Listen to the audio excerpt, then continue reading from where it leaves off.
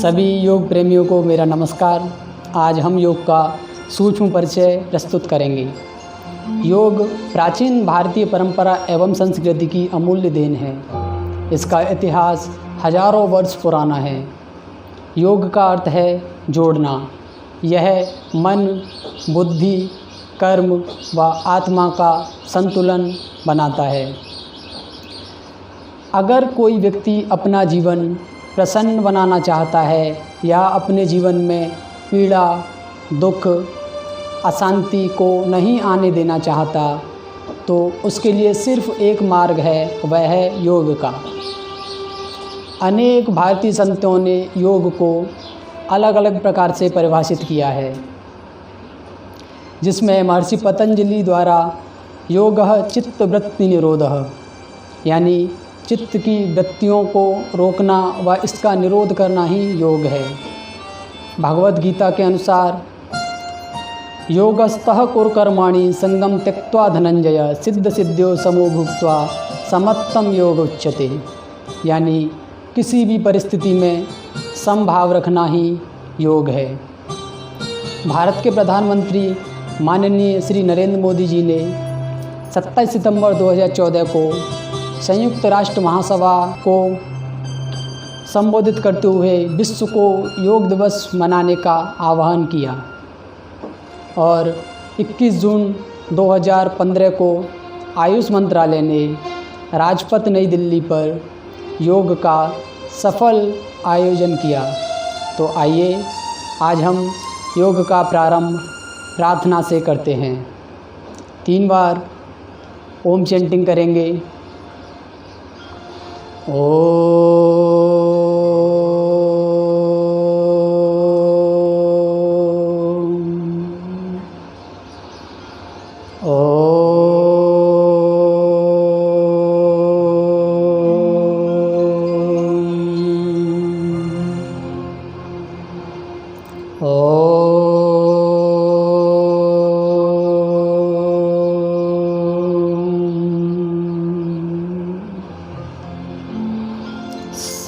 संगच्छध्वं संवदध्वं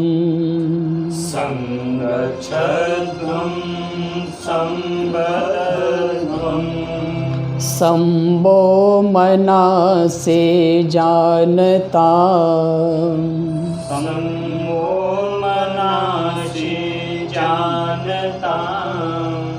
देवा भागं यथा पूर्वे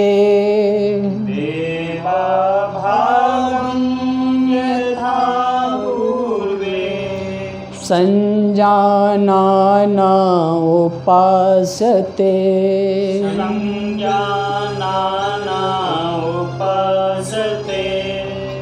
संजानाना उपास्यते।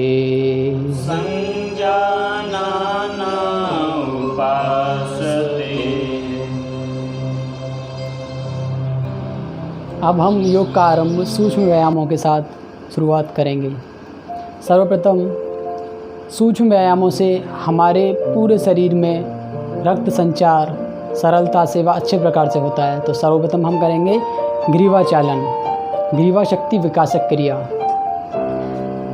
सम स्थिति में खड़े हो जाएंगे व दोनों पैरों के बीच में 1 से 2 इंची का गैप करेंगे। उसके बाद में कमर पे हाथ रख के सीधा सांस भरते हुए ऊपर ले जाएंगे गर्दन को।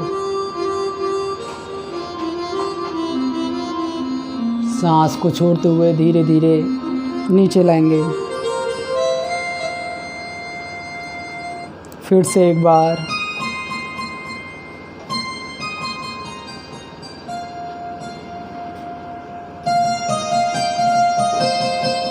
इस क्रिया को 2 से 4 बार कर सकते हैं। इसके बाद हम गर्दन को सांस छोड़ते हुए दाहिनी तरफ झुकाएंगे। सांस भरते हुए उसी स्थिति में, उसके बाद सांस को फिर वापस छोड़ते हुए बाईं तरफ झुकाएंगे। फिर वापस सांस को लेते हुए सामान्य स्थिति में आ जाएंगे। सर्वाइकल व गर्दन में दर्द जैसी स्थिति में इस क्रिया को ना करें। फिर गर्दन को घुमाएंगे, सांस छोड़ते हुए नीचे अपनी थोड़ी को चेस्ट से लगाएंगे और धीरे धीरे सांस भरते हुए ले जाएंगे ऊपर और सांस को छोड़ते हुए नीचे लाएंगे। यह एक चक्र हुआ। फिर वापस सांस भरते हुए ऊपर, सांस को छोड़ते हुए समान स्थिति में आ जाएंगे। अब हम स्कंद चालन करेंगे। सम स्थिति में खड़े होकर अपने पैरों में 1 से 2 इंच गैप करें। उसके बाद सांस को भरते हुए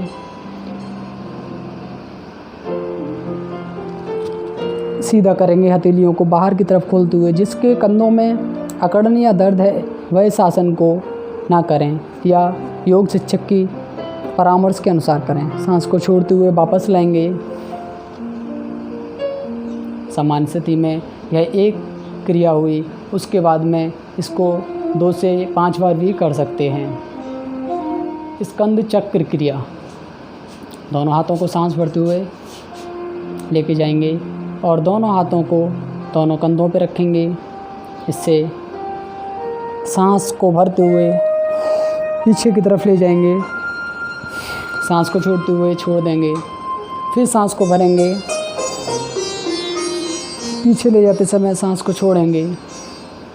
यह चक्र वापस उल्टा करेंगे। सांस भरेंगे,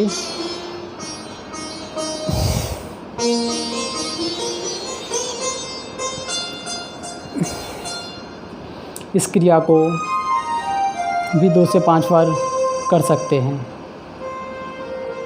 अब करेंगे कटी चालन। कटी चालन में अपने दोनों कंधों के बराबर पैरों को रखेंगे।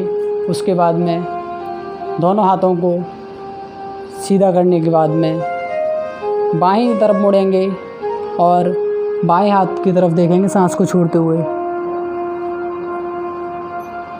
सांस को भरते हुए समान स्थिति में दूसरी तरफ दाहिने हाथ को सीधा करेंगे और पीछे दाहिने हाथ को देखेंगे।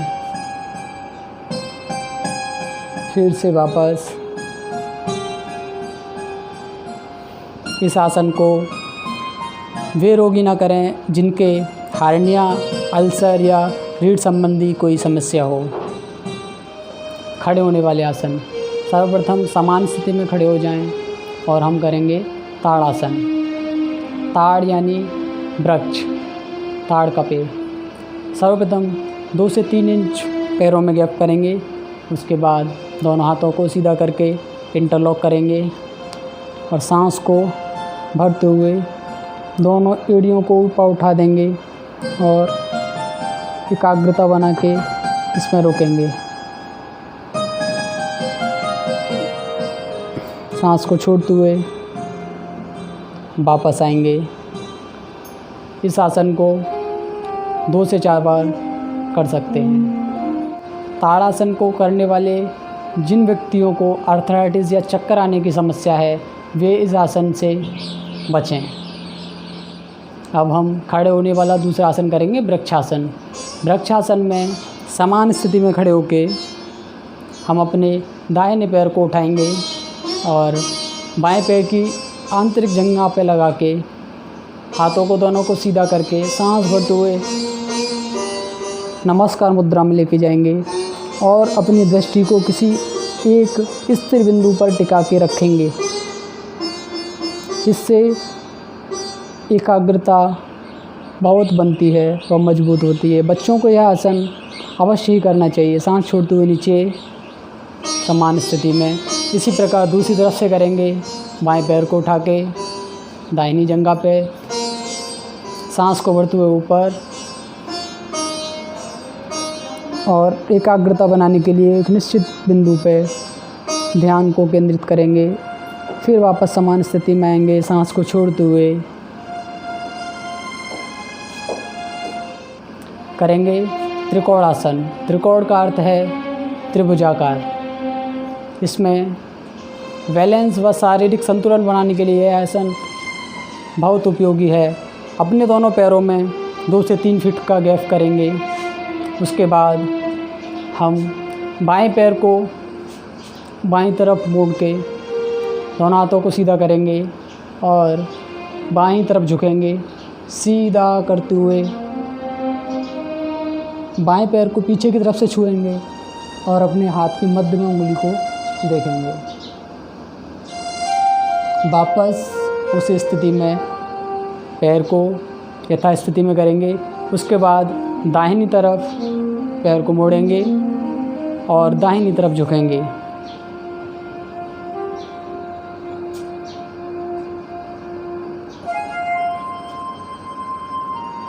सांस को भरते हुए वापस आएंगे और सभी स्थिति समान करेंगे। स्लिप्ड डिस्क या कमर दर्द या उदर संबंधी कोई भी सर्जरी हो, वे रोगी इस आसन को ना करें। अब हम बैठने वाले कुछ आसन देखेंगे, जिनमें सर्वप्रथम हम करेंगे वक्रासन। वक्र यानी घुमावदार या मोड़ा हुआ। इस आसन में सबसे पहले दंडासन में सीधे बैठ जाएंगे। उसके बाद हम दाहिने पैर को सीधा करके बाएं पैर को मोड़ेंगे व बाएं पैर के इससे अपोजिट वाले हाथ को इसके दूसरी तरफ घुमा के यहाँ रखेंगे और इस हाथ को सीधा करते हुए सांस को छोड़ते हुए गर्दन को पीछे की तरफ घुमाएंगे। समान स्थिति में कुछ देर रुकेंगे। 3 से 5 सांसों तक रुक सकते हैं। वापस पूर्व अवस्था में आएंगे, पैर को सीधा करेंगे। फिर ऐसे ही दूसरी तरफ से दाहिने पैर को ऊपर मोड़ेंगे और बाहिने हाथ को उठा के इसके पास रखेंगे और गर्दन को दाहिने हाथ की तरफ सांस छोड़ते हुए फिर पूर्व अवस्था में आएंगे। पैरों को सीधा। इस आसन को रीढ़ की हड्डी में अगर दर्द हो या उदर संबंधी कोई ऑपरेशन या कोई परेशानी हो तब इस आसन को नहीं करेंगे। और इसको डायबिटीज़ वाले लोग बहुत अच्छे प्रकार से कर सकते हैं, उनके लिए बहुत अच्छा आसन है। अब हम करेंगे वज्रासन, जिसको ध्यानासन भी बोल सकते हैं, जिसमें बैठ के लोग ध्यान भी करते हैं। तो सबसे पहले हम दाहिने पैर को मोड़ते हुए पीछे की तरफ लाएंगे और फिर इस वाले पैर को भी मोड़ के पीछे की तरफ लाएंगे और नितंबों को दोनों पैरों के ऊपर रखेंगे। अंगूठे एक दूसरे को छूते हुए होने चाहिए, घुटने दोनों मिले हुए, और सीधी अवस्था में बैठ जाएंगे। यही एक ऐसा आसन है जिसको खाना खाने के बाद भी कर सकते हैं। ये पाचन क्रिया में बहुत ही लाभकारी होता है। यह आसन बवासीर के रोगियों को व घुटनों व एड़ियों में दर्द वाले रोगियों को नहीं करना चाहिए। अब हम करेंगे कपालभाति। कपालभाति का मतलब है ललाट का चमकना। जो इस क्रिया को करते हैं वह एकदम योगी भांति उनका ललाट प्रज्वलित होने लगता है, चमकने लगता है। तो सबसे पहले शांत मुद्रा में बैठेंगे, दोनों हाथों की ज्ञान मुद्रा बनाएंगे और सांस को धीरे धीरे लंबा गहरा सांस भरेंगे और छोड़ेंगे। उसके बाद 1 से 2 बार सांसों को लेने के बाद हम इसको 20-20 आवृत्तियों को 3 बार दोहराएंगे।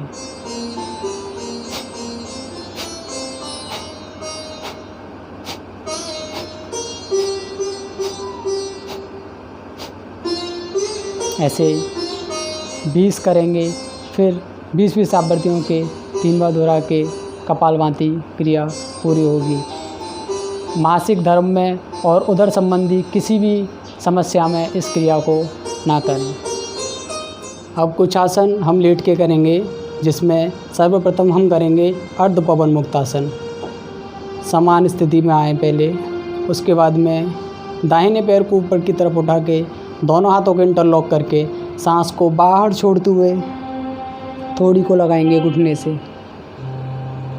सांस भरते हुए वापस। फिर बाएं पैर को मोड़ेंगे, दोनों हाथों से ग्रिप करके फिर थोड़ी को लगाएंगे, फिर सांस छोड़ते हुए। इस क्रिया को कई बार कर सकते हैं। पवन मुक्त आसन हार्निया के व उदर संबंधी किसी भी प्रकार के रोगी को नहीं करना चाहिए। लेटने वाला दूसरा आसन करेंगे उत्तान पादासन, जिसमें दोनों हाथों को कमर के सीध में रखेंगे और दोनों पैरों को मिलाते हुए सांस भरते हुए धीरे धीरे उठाएंगे, और उतना उठाएंगे जब तक हमारे दोनों पैर के नाखून हमें दिखने न लग जाएं, और यहीं रोकेंगे। क्षमता अनुसार इसको रोकेंगे, फिर धीरे धीरे सांस छोड़ते हुए वापस ले आएंगे। उदर संबंधी समस्या व रीढ़ से संबंधी समस्या में इस आसन को नहीं करेंगे। अब हम करेंगे प्राणायाम, नाड़ी शोधन प्राणायाम या अनुलोम विलोम प्राणायाम।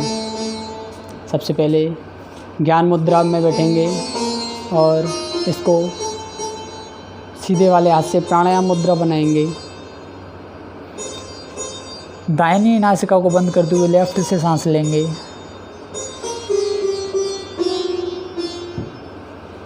और राइट से छोड़ देंगे। फिर जिससे छोड़ा है उससे भरेंगे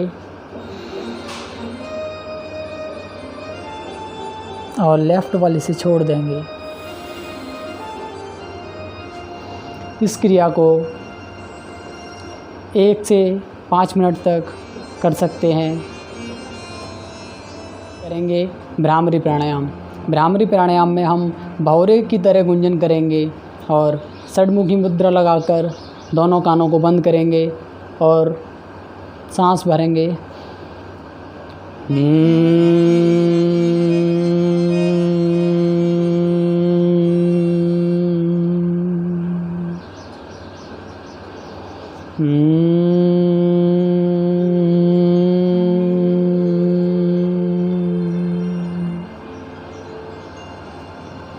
इस प्रकार हम इस क्रिया को 3 बार करेंगे और अपना ध्यान पूर्ण तरह से अपने आज्ञा चक्र पर केंद्रित करेंगे।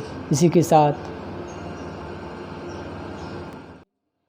अब हम योग को अपने जीवन में व दूसरों के जीवन में उतारने का संकल्प लें व योग को पूर्ण रूप से सहयोग प्रदान करें। योग के समापन की तरफ चलते हैं।